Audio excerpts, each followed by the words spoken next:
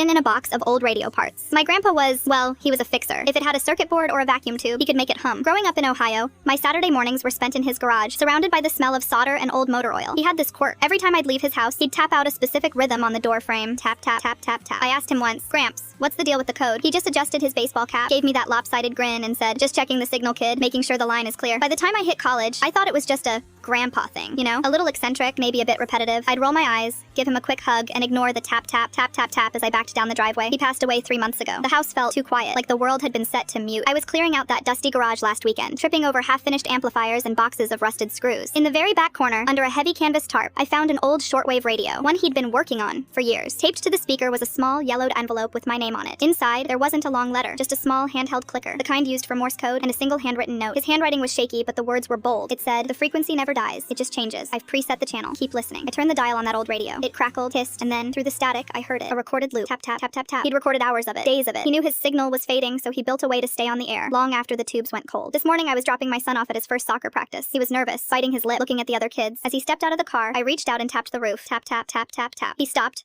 looked back, and frowned. "Dad, what was that?" I just winked, shifted the car into gear, and told him, "That's just me, making sure the line is clear."